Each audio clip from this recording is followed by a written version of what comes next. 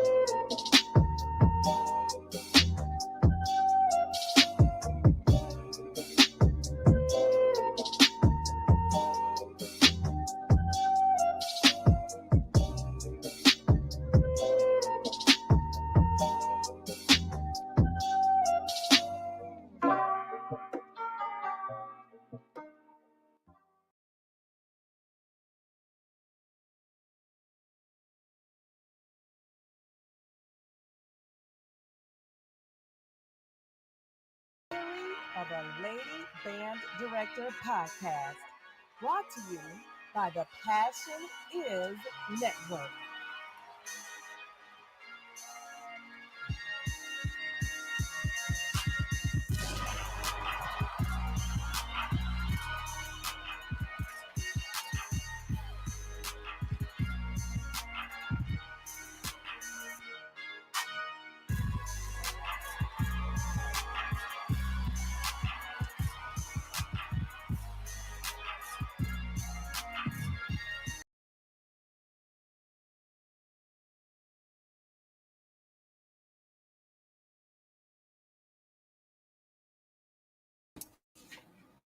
Hello, hello, hello. I think we live and in the building. We are live, ladies. I am so happy this day is finally here.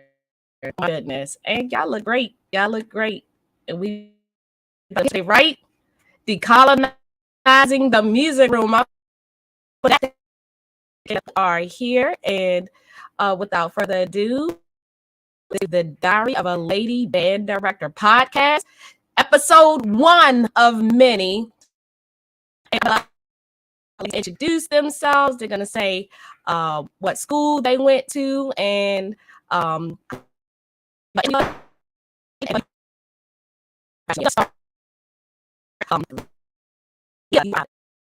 in the building.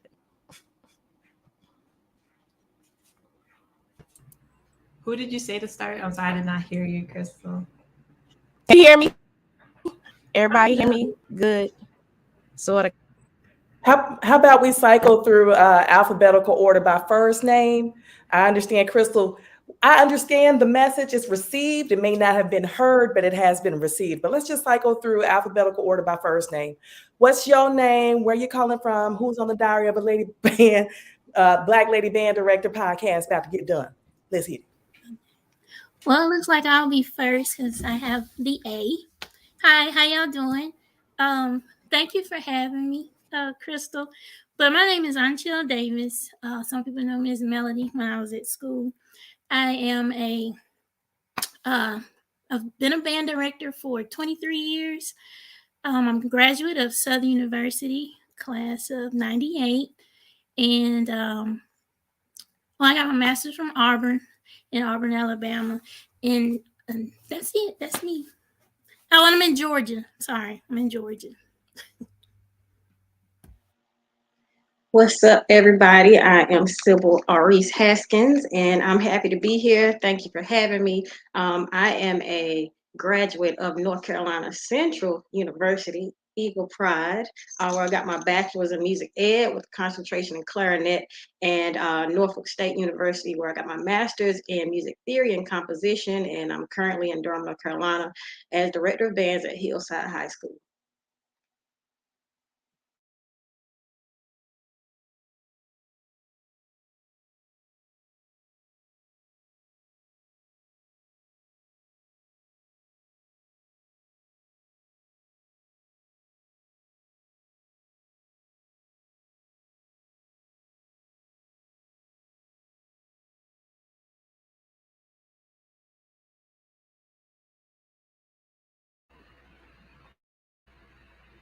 Okay, so while we're waiting on Lauren's mic situation. Hello? Oh, Can you hear me? Lauren, you good?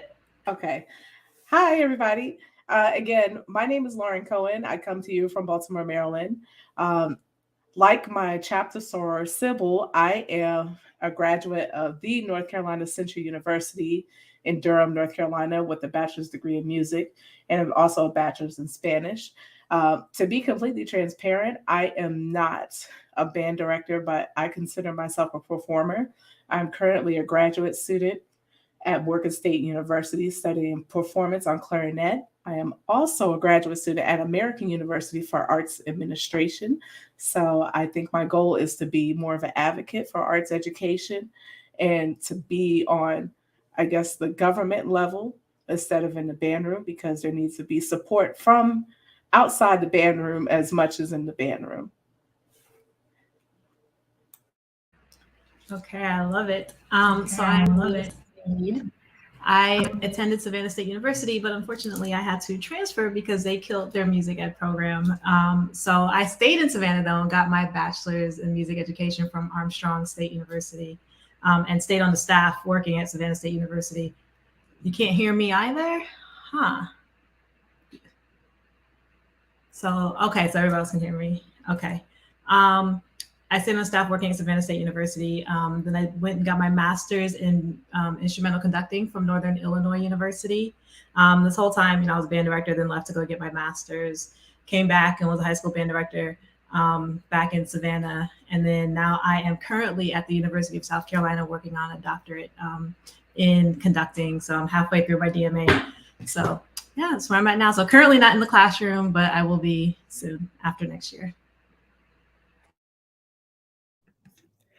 I am Takenya Battle, and I am in the company of brilliance and greatness and success and radiance and superstars. I am Takenya Battle, the chief troublemaker at Kenya's Keys Voice and Piano Studio, where we provide personalized piano and vocal instruction designed to help you unleash your inner superstar.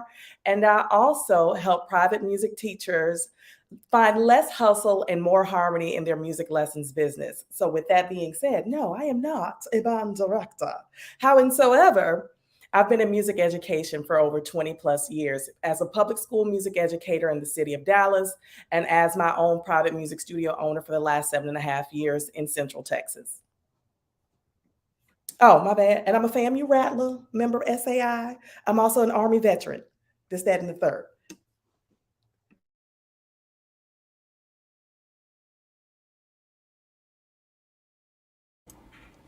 It's my turn? I just want to make sure everybody can hear me. Thumbs up. All right, good. Sort of, kind of. I'll just yell in the mic. Hope it worked. That's the devil trying to play me. My name is Krystal Williams, and I am the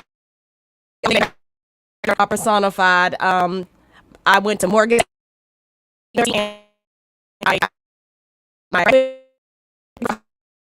and I am also a two-time dual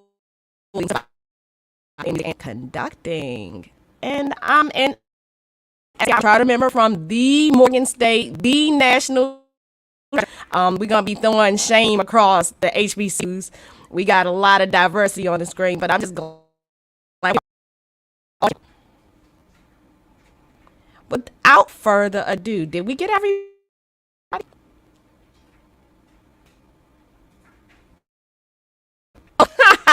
All right, we got every. Oh, y'all talk back in the. Listen, don't. You can say it out loud. I can back it up. I can back up with us. So the topic is block.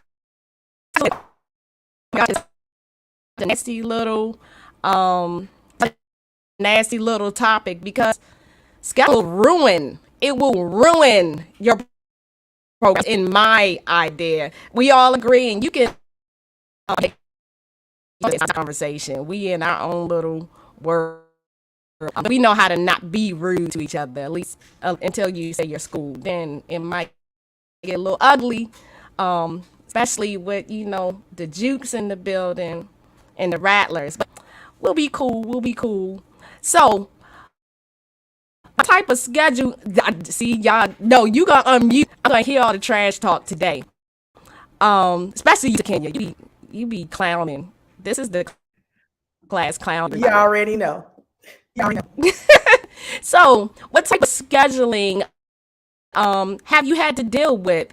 For those who aren't in education, scheduling is quite different from district to city to region. It's really different. So, let's see. Let's start with you, Takenya, since you. All right. So the point of view, the point of reference that I have is from when I taught elementary music. I did have like choir, and I did have a little teeny tiny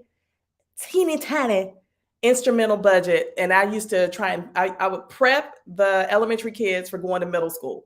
And so there is this direct chain of correlating with the high school teachers who correlated with the middle school teachers who correlated with me. And we were trying to like vertically align what it was that we needed kids to know at certain levels.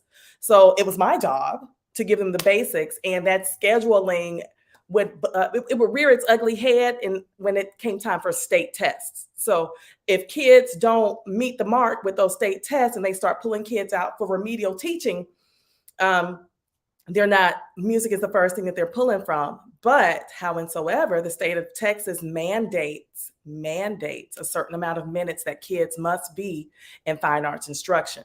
So there's like a caveat saying you can have them, but you can't take them all the time. You have to give them that music instruction.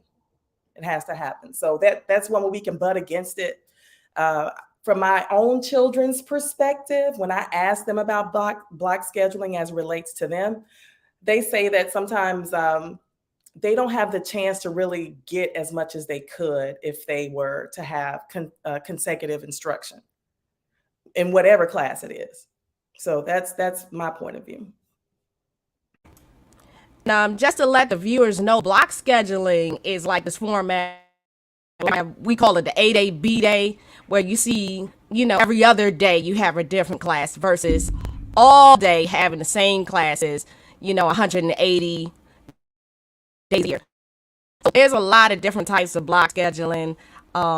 People have like block where maybe it's like 75 minutes, 90 minutes or whatever, but I don't know. Anybody had anything different from block scheduling?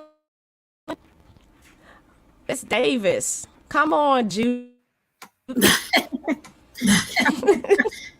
was gonna say, when I started at one particular school, we had 7 classes a day, and I think they were like 45, 50 minutes, and then we went to the block scheduling, and I was like, oh wow, now I got to fill up 90 minutes. I liked having the block time. Now these kids, I did see them every day. I don't have any experience with the AB day. I've never had to teach in that situation. But when I had block scheduling, how I made it work for me, because my kids love being in the marching band, concert band was a prerequisite for the fall. So if you didn't schedule my class in the spring, I didn't need you in the fall because they were going to come to band practice anyway. So I made sure that they took my class in the spring if they wanted to be in the band in the fall. So then, even if they couldn't take the class, like they would still try to come and learn the music, because if that was a requirement, you had to attend festival with us. So it worked for me. That's what worked for me, having the block, because sometimes they can't take you 2 semesters if they fail the class. So I talked about that too with the parents. I was like, hey, if they're passing all their classes, they can take band twice a year. And I had a few kids that would like end up with 8 band credits by the time they graduated, from high school.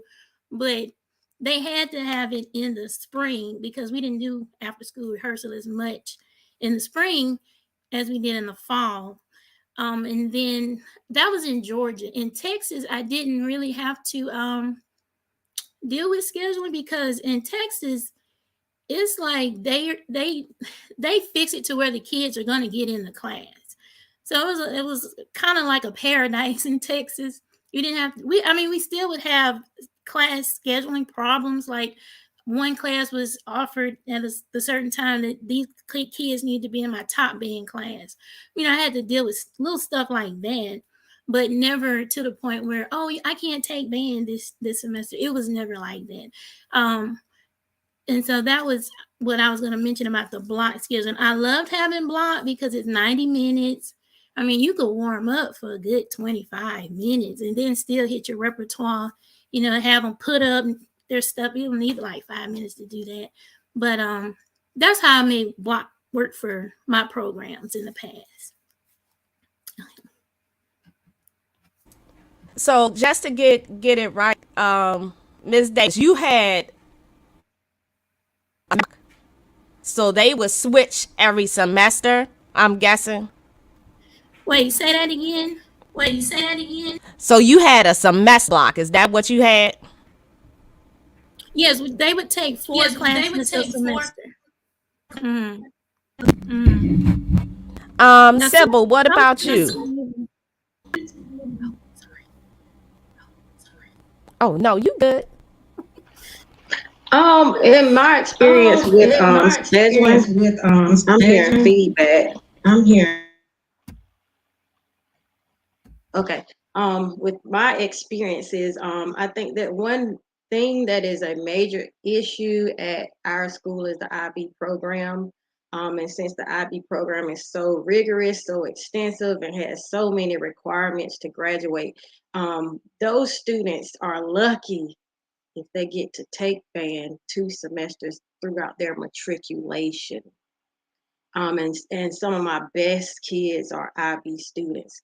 So I'm kind of forced to find a way to make it happen, which is before school and after school. And that's the main thing. The other thing is my class enrollment is very low, but the kids are telling me they're signing up, but they're saying people are telling them they need to take other things. I have 17 kids total in 2 periods total. And then I have a third period that is music appreciation just to keep me full time. But after school, I have like 60 kids. So that's my experience. It's just having to try to figure out how to make it work. But that requires outside of the regular working hours. So, Cybil, how are you expected to build consistency in your music program if you can't consistently see the same kids at the same time? If you have to do something in the before school time, in the during school time, and then the after school time, how do you maintain some level of consistency so that your students begin to see some level of growth and progress? It's challenging, but right now we do concert band 3 days a week after school, from about 4:15 to 5:50. And then I use the classes to kind of help me, because in the classes, those are the better musicians. So I really try to get them equipped to the level where when we get after school, they're running the sections or either running the band, so we can get more done in a small amount of time. We're doing the best we can, but I can't say that it's all the way working. As far as your question, I would love to have some consistency, but we're making it work. So here's my question for anyone who's ready to answer. What does your dream schedule look like if it's not block scheduling?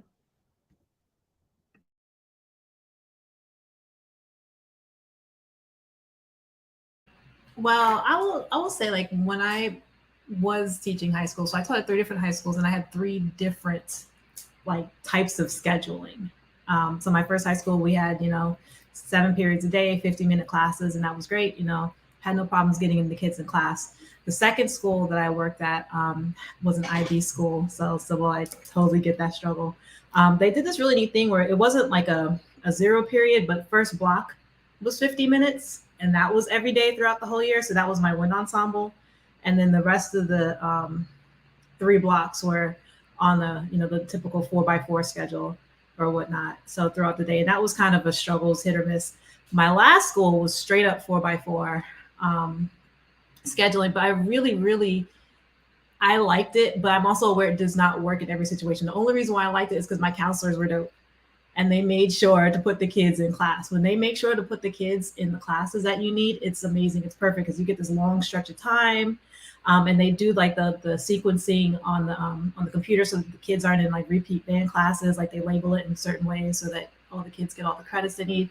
And that schedule was really, really good. Like I think we only had like 1 or 2 kids out of a program of over 200 that had like issues with scheduling. We can deal with that, right? However, it really only works if your counselors work with you and if your counselors schedule the kids, schedule the kids as need be. When I was in high school, we did the A-B block schedule. And granted, I was a kid, so like I didn't really know, but I also knew that me and all my friends never had any issues getting into band. But then, you know, we come into the issue of, well, every other day instruction or, you know, rotating schedules or whatnot. So I don't really know that there's like a direct answer to that question. I think it boils down to the bigger issue is how is your administration working with you to build your program? Because either way, you can have a 7-period day schedule and it could be great, but it could still suck if your counselors aren't putting your kids in the class. So it all goes back to the administration. So everybody got to know their role and play their part, just like in a band. Lia, you speaking a word, and that's that segue we needed, man. We got all these different types of scheduling, and what's real crazy is nobody ever asked us. Like that right there, nobody says, does this even work for you? Does this is this gonna affect your band? Is this gonna affect, they don't really care, because let's be honest, English is gonna be English. They got a pacing guide, they got benchmarks, they got state testing, all that's gonna work out. But what we have to do, you got a performance next week and you see them on Thursday, the performance is on Friday, you're not gonna see them until it's time to perform, which is absolutely crazy, because we know our children, sometimes they forget that they exist 10 minutes later, and you be like, what you doing, baby? And they be like, oh, I don't remember. And if you change a show or you need to edit, you lose that time kind of with that A-Day, B-Day thing sometimes. And then it's a semester, that's just trash in itself. My personal experience, I've had it all. I've had block, A-Day, B-Day. I've had semester rotations. I had quarter rotations, which is a nightmare. Like I saw, when I taught at a Kemp school, I saw 5th and 6th grade for 1 quarter. And then 7th and 8th grade once a week all year. So yeah, that sounds cool until you think about how many days. That's 21 days of instruction for a beginner. What can you do in 21 days? Not a whole lot. Not a whole lot. So that leads us to a good segue, I think. And I'm gonna ask you, Lauren, because for real, Lauren, you're about to be in arts administration. That's what you're going to school for. Do you think administrators deliberately do this? Do you think this is something that's deliberate from admin, or they just don't know, and so they just throwing names in a hat and letting it fall wherever it may? Well, from what I see, it's a mixture of both, because there are certain districts where the administrators, they have pretty much carte blanche over their own schools. So they schedule the way they want to. Sometimes it comes from the school board. Also, I've did a paper on a certain organization. See, what a lot of these school boards do, they supplement these music classes by using outside arts organizations to bring them in and to and to work with the students. And, it goes back to, I don't know, it was Takenya that said that, or Krystal that said that they don't ask the arts teachers. They just bring these organizations in, whether it be a major orchestra or arts council, and they have these educators that come in and work with the students. But then the problem is, one, they're pushing it towards after school.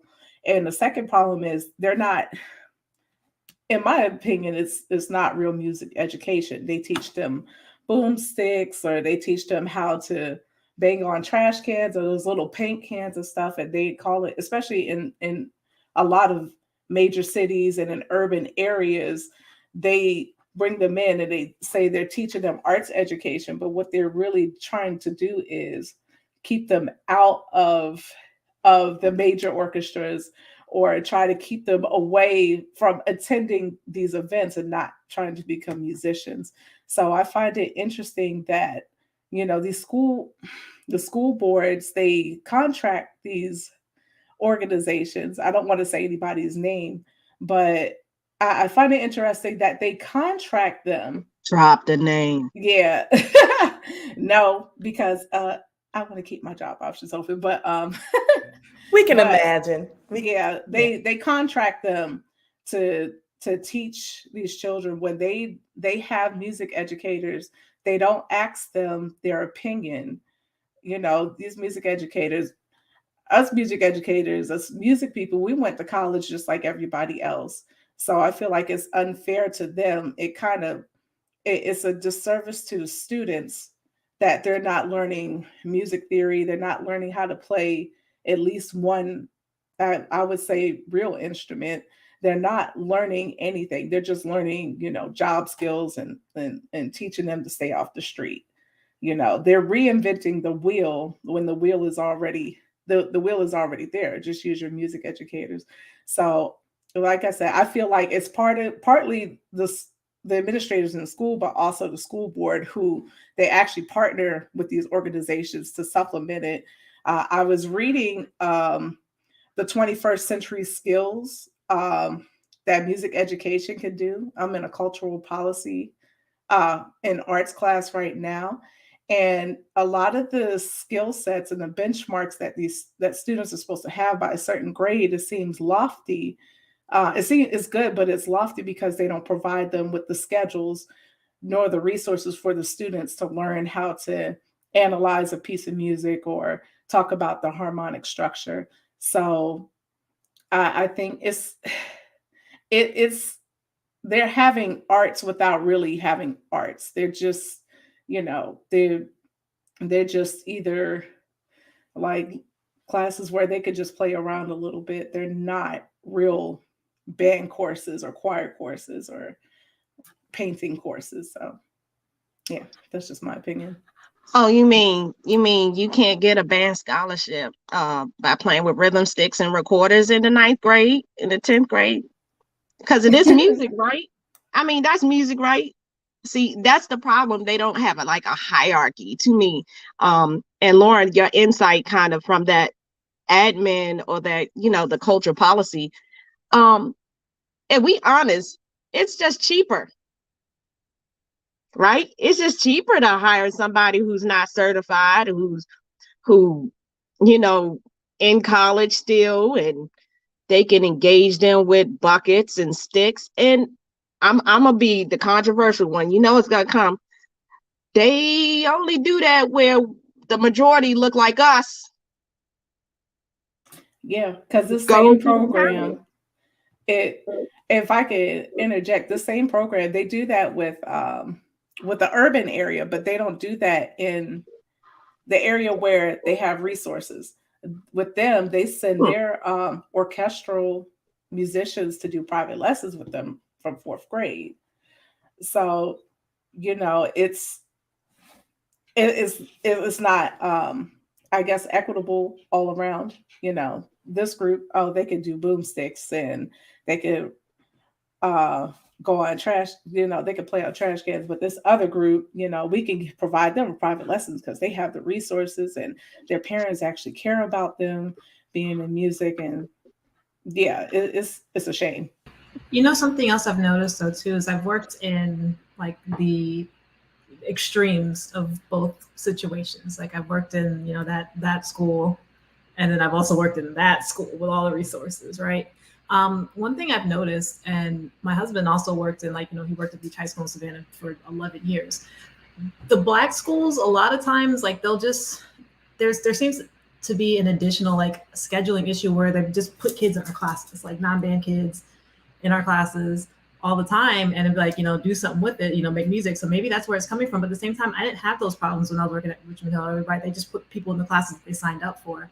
So I'm curious to know, why don't we offer more extracurricular classes so that we can just stop throwing kids in these other classes that that they don't necessarily want to be in. But then when we're having to do things like pull out buckets or whatever, because they tossed 30, 40 kids in the class and was like, here, teach music or preach or teach whatever. We're just gonna put these kids in your band class, teach them something.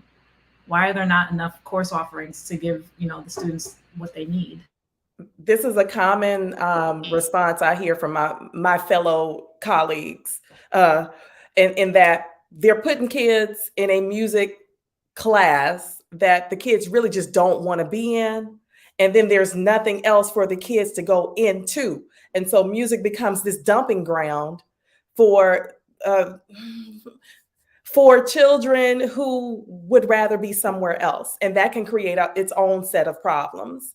So the things that I know my children, and just for reference, I am a mother of 6 kids, 3 who came through me and 3 who came to me when I remarried. And the ones in the house are 18. He's a senior. He's in the LGBTQ community. Go, baby, go. I have a 15-year-old who is a sophomore. I have a 13-year-old who's an 8th. Well, she's 14 today.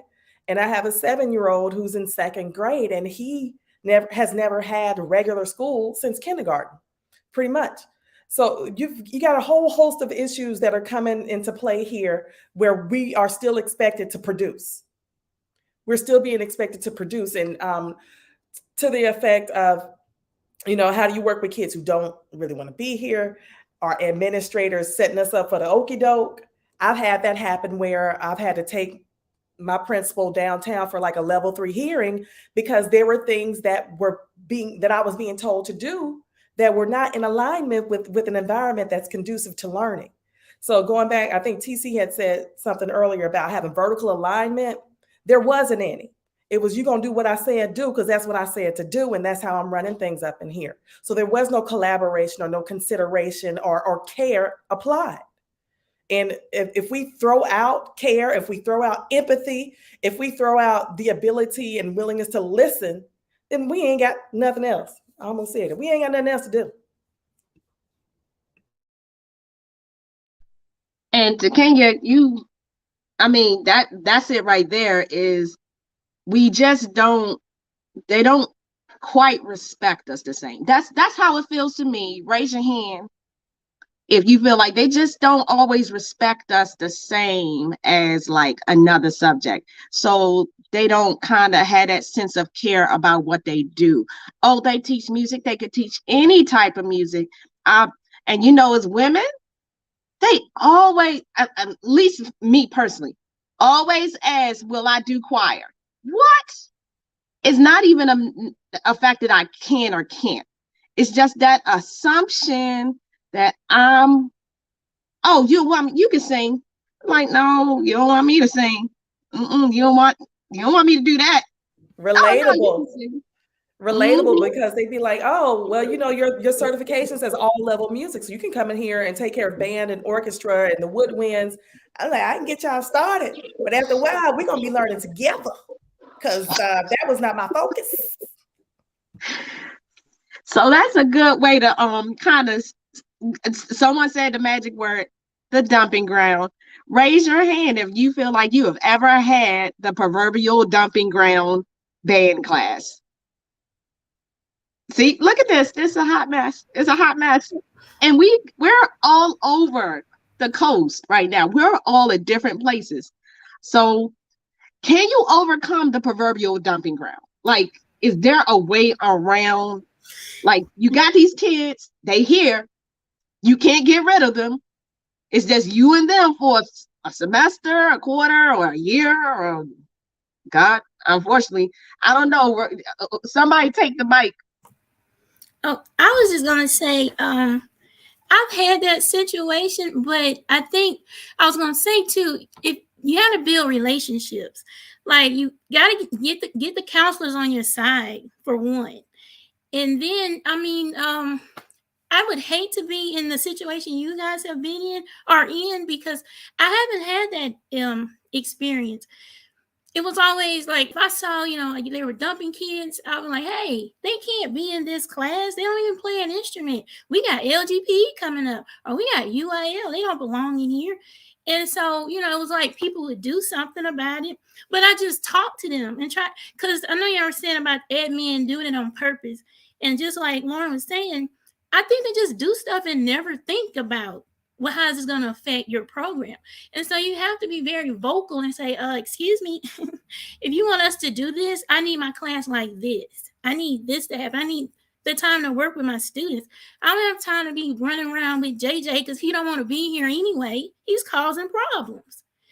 So when I had situations like that, I would just go talk to, the counselor. It was like the counselors had more power than the administration. Because they like, all right, Miss Davis, we'll find somewhere for it to put him. Like, yeah, thanks, because it's not working out, and it's hurting what you're trying to do in class. And I think too, if they value, you got to get them to value what you're there to do. You got to get them to value your program, because if they do, then they'll be like, oh, well, it was more willingness to get things done the way that I needed them to be for my class. And then two, I think in the situations I've been, I was the only band director, I was the only band director. We did have chorus at one school. And so there were no other places or other teachers to give another class. So yeah, I had to end up teaching a music appreciation class, but I was blessed because from the beginning, I got those kids to understand, okay, you need this credit. You have to have an art credit. And this is what we're going to do for the year. So they didn't really bug the system, but I just had to let them know, hey, I'm going to teach you about, things about music, because music is in everything you do. I said, you won't turn the TV on and not hear music. You won't ride in the car and not hear music. Music is everywhere. And so it's just that important. But I was just going to say, if you just gotta talk to your counselors and in your administration, because sometimes they just don't know. I haven't had the opportunity to have a principal that was a music person, with the exception of one school when I was in Cedar Hill. My principal was in the band. And it was cute because he came by and played the baritone with the kids, and they were like, oh, Mr. Inslee can play the baritone. I was like, oh, okay, that's cool. But that was like one situation or one instance. All my other principals weren't musically inclined. But I just made sure I got with the counselors. Like, I would take them candy. It didn't have to be Counselor Appreciation Week. I was like, hey, ladies, y'all want a Snickers? Hey, I got some Capri Suns. Y'all want some Capri Suns? Or I'll take one or two. My counselors. There y'all go. I feel you on that balance of putting a little sweet on it. You got to put a little sweet on it. And I get that. But then sometimes there are some people's minds you'll never change. You'll never get them on your side. And as a result, I know I personally have had to deal with retaliation in the workplace. So how do we change? How do we overcome the dumping ground? I left the public classroom altogether and just, I'm doing it my way. That's how I overcame, because it was a. That's real. I couldn't. When it got to the point where I was being mandated to test every second grader and every fifth grader in their singing abilities according to these guidelines, I was like, that's the cherry on top. That's all I needed. I'm out. And I taught in Dallas for 14 years. So, you mentioned Cedar Hill. I was like, hold up, girl, I'm from Oak Cliff. I had to come through. I digress. But we really have to have each other's backs and continue to be advocates. We're not complaining, we're advocating.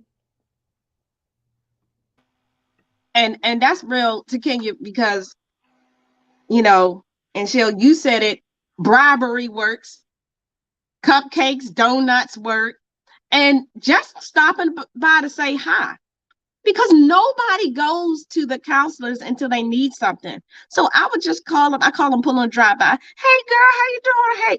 Hey, Mr. So-and-so, how you doing? What you do this weekend? And they're just so happy that somebody came in that little corner office that nobody care about until it's graduation time or it's time for SATs or whatever, or college visits. They just happy that somebody acknowledged they exist. But sometimes I had that principal. I ain't even gonna lie. I don't work there no more. I had to leave. There was no end game. Just had to. I knew they were never gonna bite the apple because of what somebody said earlier. It's when you're in an urban area and those state tests control the money. If the students aren't passing that state test, they like, what we need to focus on you for, the baby's reading on a 3rd grade level. And I understand it to a degree, but let's be honest, music really will help that. If you just let us do what it is we do and get out the way. I don't know, Cybil, this question's for you. Have you had to deal with like a dumping ground class? Because you have a competitive band. Like, I look at your band like, your band is competition level band, not just, like I've had to do sometimes where they play 2 times a year. They play all the time. Yeah, that's a loaded question. To piggyback off of whether we think administrators are deliberately doing these things, I don't think it's deliberate, but deliberate or not, it still affects the programs. So, and when on the other, as painful as it is to see it this way, it is only one band director per school. There's 8 science teachers, 8 English teachers, 8 or so math teachers. So they have advocates. They have a co-signer there. With us being the only one, even if we are dead right, it's us against them, which is why I think as much as we love the classroom, more of us kind of have to take it for the team and get into administration so that there will be somebody at the top who does understand what's going on, because they don't understand. But just because they don't understand doesn't mean, don't listen to our, not complaints, but what we're trying to do. I have to say I'm dealing with a class like that right now. And it is called Adventures in Listening. And the kids are very diverse in attitude and ethnic background and what have you. So I find myself sometimes having to go day to day with what I'm even planning based on their temperature, the way they are. I can't use a straight up curriculum because I'm teaching to them, if that makes sense. It's the biggest class I have. I have 30 kids in that class. I have 13 in my band class, first period, which is a mixture of 3 levels: intermediate, advanced, and a proficient, and then 4 in beginner's band. But again, after school, I got 60 kids. And, Hillside, way before I got there, had a strong legacy, and people expect them to produce. We're not what we used to be as far as numbers and things of that nature, and there is a lot of pressure to maintain or bring those things back, dealing with things that you have to do during the school day. It's just stressful. And we do make a way out of no way. I mean, yeah, if we need to, we'll do something after school. And I'm talking about any band director. We'll do something before school, but that should not have to be. It shouldn't have to be that way. If you can have everybody in the day, so many after school things would be eliminated. So I'm dealing with that right now, and I have to put anointing oil on the chairs every day before they come in. But we're making it work. And so, well, you brought up something. It's that when, like, I taught in a situation where most of my classes were general music, and band happened after school, and that was the only time band could happen, was after school. And every time I talked about it, I realized a couple of years that it was my fault to a degree, because I made it happen. As long as we can make it happen, as long as we'll put together a little pocket band. That's what I call them, pocket band. When you teach them 5 notes and they could go rock the house for 5 notes, because especially those of us who write, we can rock 5 notes. A little descending scale on a minor pattern will work wonders for you little babies on some whole notes with a drum beat. And then the admin say, well, you're doing it. And then they just ignore all your complaints because now you're just complaining. You're not really trying. Oh, this is just what we hear from all the arts teachers. But look at the band. The band looks great. They sound great. So sometimes we kind of kick. Yeah, the pentascale. Listen, I got a whole drive called ditties. 2-note groove, 3-note groove, 4-note groove, 5-note groove, 6-note groove.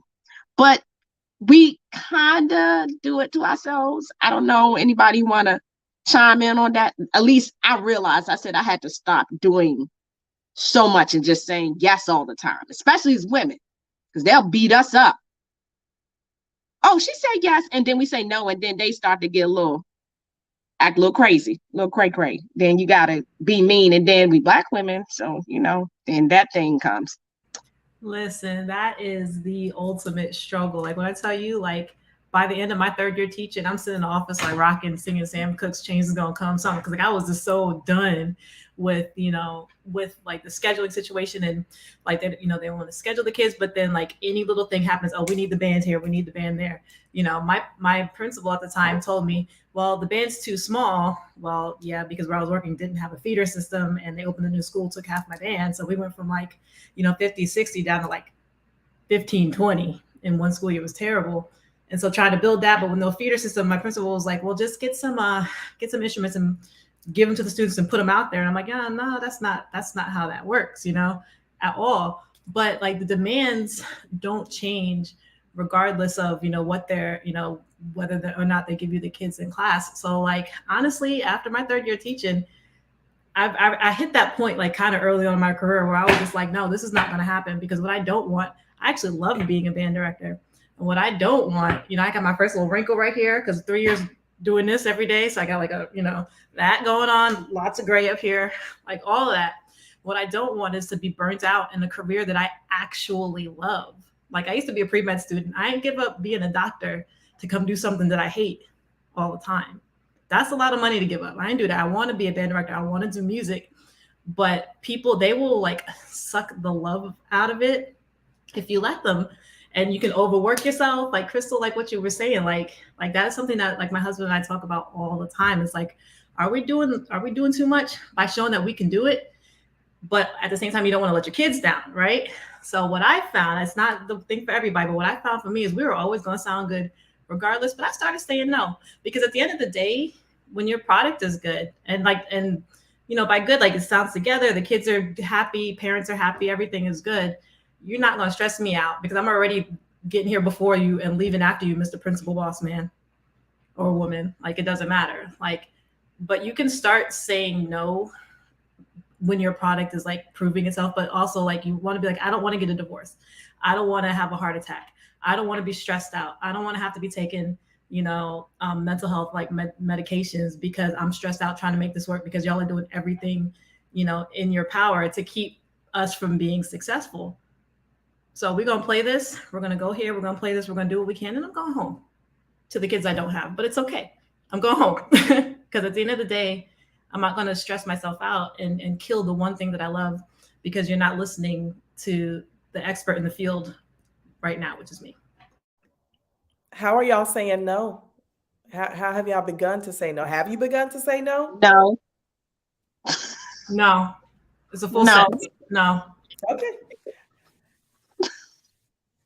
I don't know. The no, I had an administrator that did not accept no. I left that administrator, but I stayed there far too long. And it was because we had a situation where there was another band director. The march band was combined.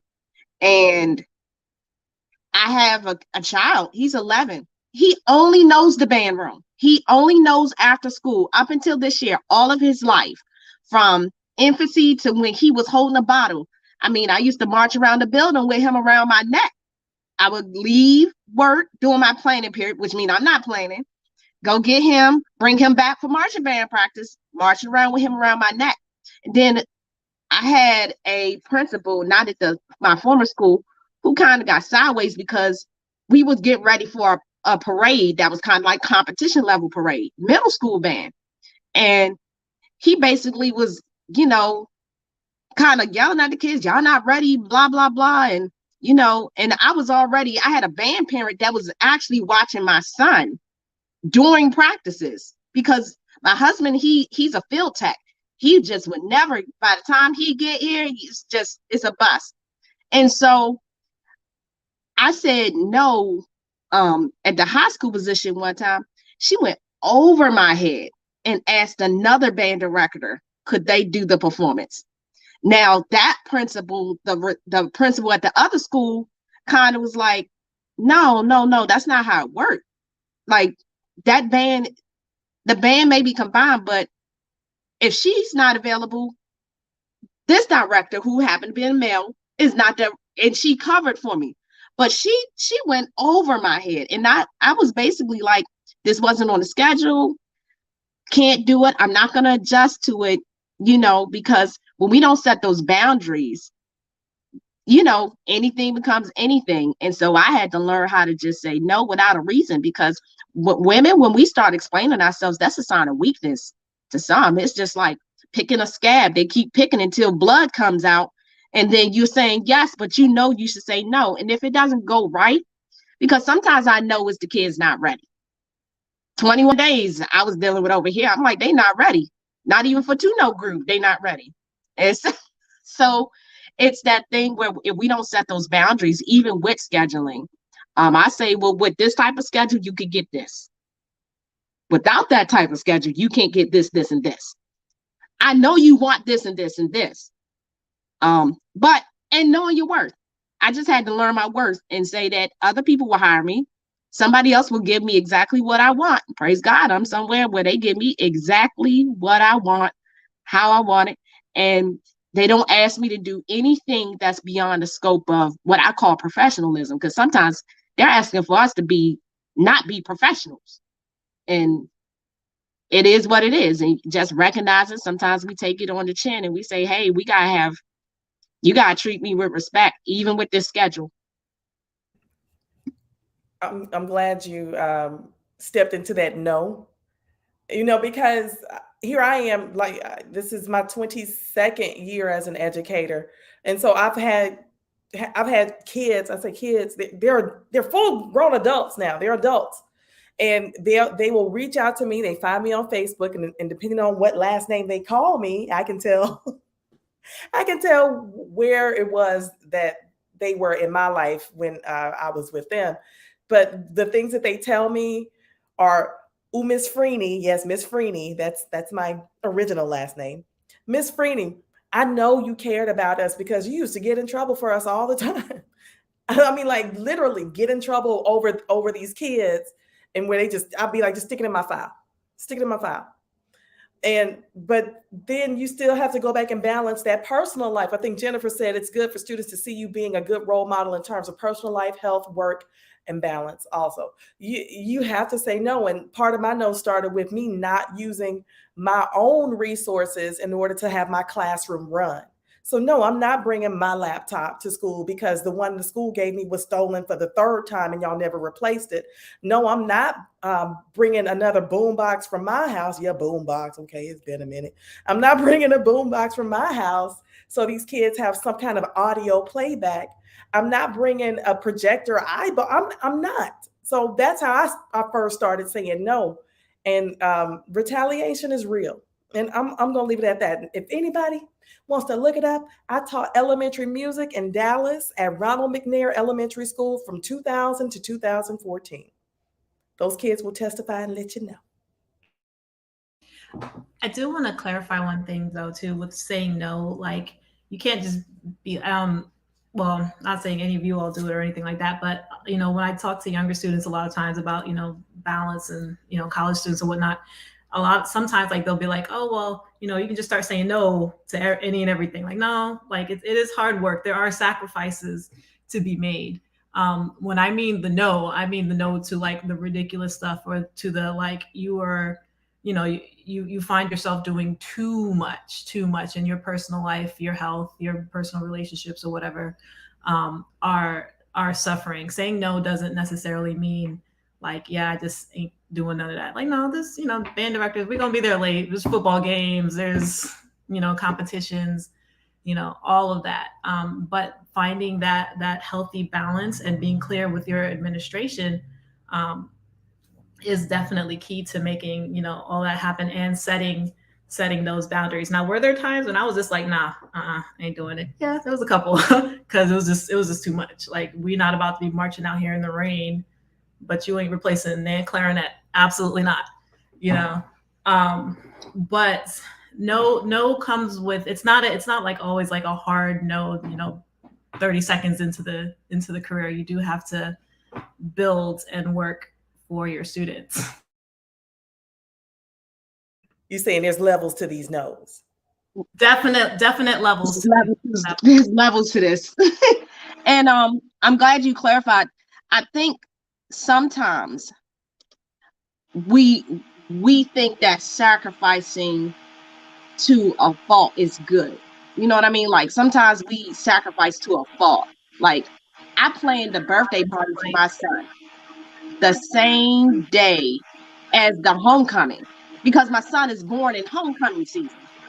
And I made it happen. That was a sacrifice. I had planned it, but it took a lot of planning for it to happen at the same time. But in most cases, when we need to say no, it's because we've already done the work. We've already sacrificed. We've already put in the extra time, and we haven't received anything back for it. No budget. The schedule still looks the same. You wanted the band bigger. Now you got it, but you haven't adjusted on your end. There's got to be some give and take with that. And then when it's time to say no, then you get to say, well, you go down your list. I've done this, and I don't have any money. I don't have a bus to get there. I don't, and that's when no. And I wanted to address, there was a comment, and this is out of love, but we get beat up with that you're quitting on the kids. I stayed way too long in my last position, way too long, because I that was always in my mind. I'm going to be quitting on the kids. The admin quit on the kids. You didn't not come to work. You didn't not show up. You didn't give anything less than 110%. And for women, I'm just saying, for me, y'all can agree or not, people don't like no from us. Not even our own family sometimes. Not even our students, because they see mom. How many of your kids call you mom or auntie, or call you're like, I'm not your mama, but okay. I know what you're saying. But when they see you as mom, they see you as the provider. They see you sometimes as their mom at home, sacrificing that time and not having a healthy balance too. So we're teaching them what it looked like to have that healthy balance. And you, my friend, might need to say no sometimes, because that's healthy. We are at the 6:58 mark. I want to open it up to you all to have your last comments about scheduling, and if you have any words of encouragement for the educators that are tuning in, like how to navigate, or your wisdom from the diary. I'll go. So being that I am not an educator, but I do want to advocate for arts educators and music educators. And this is for everyone else. What can I do to help on, I guess, the government level? Because my thing about why music education is so messed up is we don't have like a culture. We don't have a ministry of culture. We don't have, everything is decentralized in the United States. That's why everybody is having the same issues. And also everything is on the local level. Everything is state and on the local level. So everybody does anything the way they want to. So that's, I see, that's why it's part of the reason why nothing is consistent across the United States. And that's why a lot of music educators, no matter where they are, they have the same problems. What can I do as a future arts manager to advocate for music educators? I think you're doing a great job now, just like being here and listening, because I think that's a big part of the problem with education, period. But people are making rules and decisions that don't understand So being that bridge between the two that's clutch already off rep. I was gonna say, getting with someone that has something to do with scheduling, I know that could be a start, because if they know to schedule the music or band classes first and then schedule the rest of the classes for their master schedule, 9 times out of 10, those kids won't have a conflict as getting in the band class and taking their other classes. One clinic I went to, and the man was like, that's how it works for us. We schedule our music classes first, and then the science, the math, the social studies. So just, I guess, getting with people who are responsible for scheduling, that could be a great help for, music educators trying to get the kids that they need in the classes. I want to tag on to what you said, Ms. Davis. It didn't get fixed until I took it over. That's just the plain simple, but it made for light work later. And so once I was after taking donuts to the counselors, it took us, I'm telling you, I bribed them. And even though I work somewhere else, I still talk to the counselors because those are my homies for life. Sometimes you have to pick up another hat, and I call it a smaller hat, so a bigger hat can be worn by somebody else. And so sometimes you got to do the scheduling, or you got to show them how they can do it where it won't be a burden, and then they can take it over. And I left the school, but I left the school with information they didn't have before: how to schedule the arts first, how to do recruitment for those incoming 8th graders or incoming 6th graders or whatever. So the class sizes aren't an issue, because they always worry about that. And then them to understand sometimes I don't need a cap on band. If they want to be there, you could put 75 in it. And that was the first shock. It was like, we've been trying to cap it at 21. I was like, nah. Multiply that times about 6. We good. I could take about 120 if they want to be there. But sometimes you just gotta wear a different hat. That's my take. Can we not wait for middle school before we start introducing instruments? Because when I at the beginning of my music education career, we had instruments in my elementary campus. It was K6, moved to K5, and I had to send all those instruments off to the middle school. Can we bring back piano instruction as part of the regular school day? Because I took my very first piano lesson in the 4th grade during the school day. And it was because my cousins and we all wanted to be in the same class. Oh, girl, what we gonna take? We gonna take piano because we can be in the same class at the same time. We need to start earlier. We can't wait until they get to middle school to be like, this is a quarter note. It ain't too late, but we just making it that much harder because UIL is coming every year. Yeah, and I agree, Takenya. Like, I was introduced to instruments when I was in the 4th grade and officially got my instrument in the 5th grade. So it was like here, I live in Baltimore County. I'm from Baltimore County. So it was like that here. You have to start your instrument pretty much as soon as you learn how to read and write. It all correlates together. Yeah, it's all the same thing. So I find it interesting. They want, like, if you start dance at 13 years old, you're late in the game. It's just like that. Like, you have to start dancing as soon as you walk. You have to start being flexible. You have to start knowing the positions of ballet as soon as you start walking. So the same can be applied to music. I look at other countries, Latin American countries, Asian countries, European countries, and they all start their students when they're very young, right? When they're 5. When they're 5 years old, if you can talk, you can play an instrument. I remember going to China in 2008 with a high school band. We were playing to bring in the Olympics, and we saw this orchestra that I think the oldest child was no older than 7 years old, and they were playing a full orchestra, full string orchestra, and I don't know which piece they were playing, but they sounded like a professional orchestra here in the United States. Like, kids are such sponges at that age. So it's easier for them to learn how to play an instrument at that young age, or like to learn a new language. I'm bilingual, so I had to throw that in. Like to learn a new language. Like, they're starting to do bilingual preschools now. We should do art schools in that way. So yeah, I completely agree.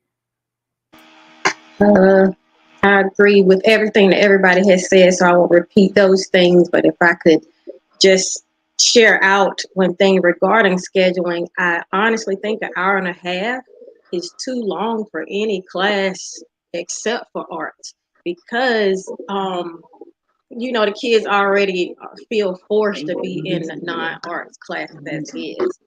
So honestly, I think in 2022, especially with the pandemic and doing virtual in our classes, personally, we're cutting half virtual as it is. They've already got that tone in their mind is 45 minutes. Like I said, arts is different because they're forced to use the right brain, and we have a different process where we do trial, we do error, we do performance. We have to try to do all of that, or need to do all of that, and need that amount of time. But it keeps them rigorous and it keeps them moving. I remember in middle school, we had 6 periods a day.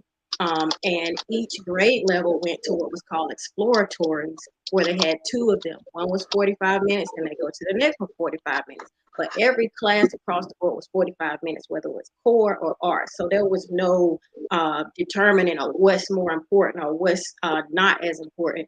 I honestly think our kids now, since they got a year off, really 2 years off, and their minds are 2 years behind, we might as well go ahead and go back to that 6th grade, elementary, middle school schedule to get them in and get them out, because it is the microwave era while we're still teaching from the stove.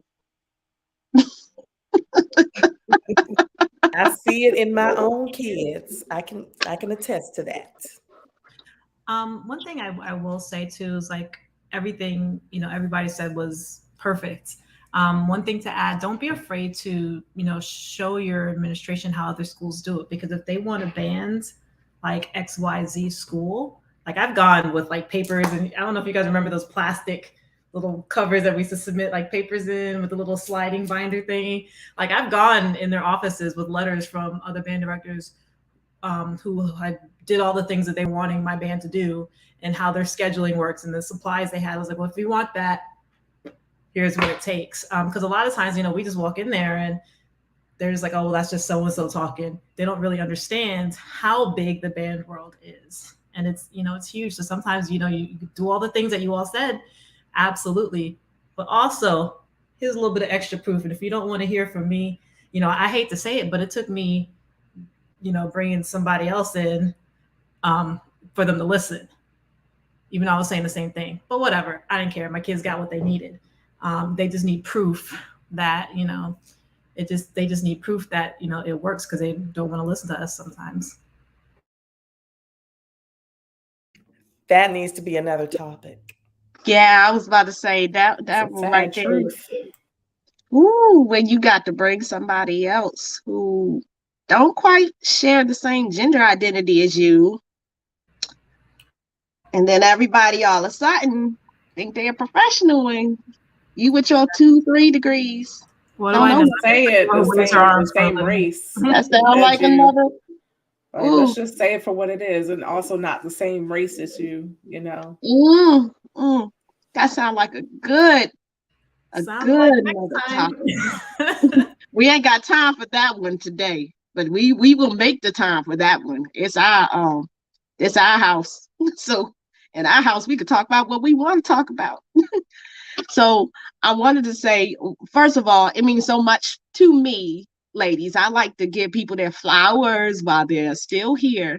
For y'all to agree to this, it was a long time overdue. I think, it's just the right season and the right time for people to hear us, hear our diary, so to speak, hear what we say amongst each other and say to ourselves that nobody know we really have to deal with. And a lot of it is the same that everybody else got to deal with, but we're going to say it the way we want to say it and how we need to say it. And the time is now. Thank you, Justin. You've been hanging in with us. Hit that share button, everybody. Hit that like button. We'll be back. Can I say something before you close out, Krystal? Absolutely. I'm sorry, because I didn't know how to comment, but I see one of my former students commenting. So I just wanted to tell Janae, thank you for tuning in. And I love you. Oh, and thank y'all to meet all you guys. And also I want to say, I'm sorry, Krystal. I've been going to Midwest for like 7 years. And this year, oh my God, it was just so beautiful to see so many people that I'm friends with on Facebook, people that look like me. It was just a beautiful thing.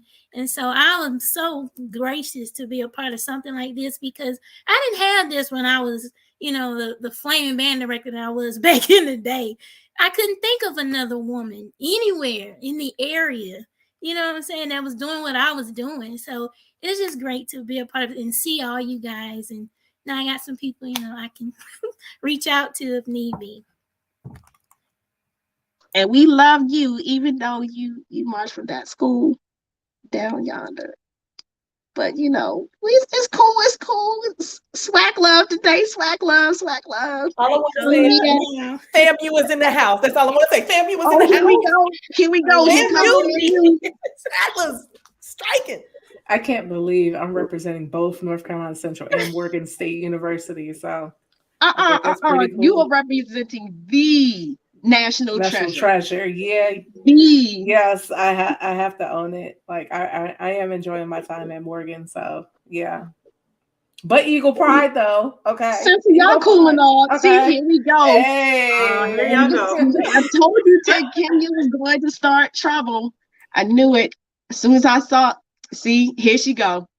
Here come the rattlers coming out of the woodwork. The little. I like FAMU when they do their little strike thing. She didn't call us peasants, so we. I'm about to go watch The Princess and the Frog right now, just on GP. Peasants. We had a meeting of the minds today, okay, ladies? We had a meeting of the minds. Hit that like button, hit that share button. We will be back. Our day is Sunday, 6 p.m. We'll be inviting some of y'all to come to the table and talk and give your perspective. This is, everybody invited to the cookout, even though y'all don't always invite us, but we made our own cookout. So we'll be nice today. No, I'm kidding. Everybody come to the cookout. We cook good too. I got the elbow fat to prove it. Right there. That little bin right there. That means you can cook some greens. I cooked right before here. Send me a plate. That's all I want. Send you a plate. Yeah, but the only thing I fix is my plate. Ooh. So I'm gonna let you ladies go. Be blessed in this work week. Those of you who are listening, be blessed. Stay blessed. Tune in. Subscribe. Passionist Network. Thank you, Julian, aka Jay, aka Luke, for giving us the platform to do this. And for all of you wonderful people, thank you for tuning in to the first, not the last, Diary of a Lady Band Director. We see y'all same bat channel, same bat time, 6 p.m. Eastern Standard. And I'll holler at all of y'all later.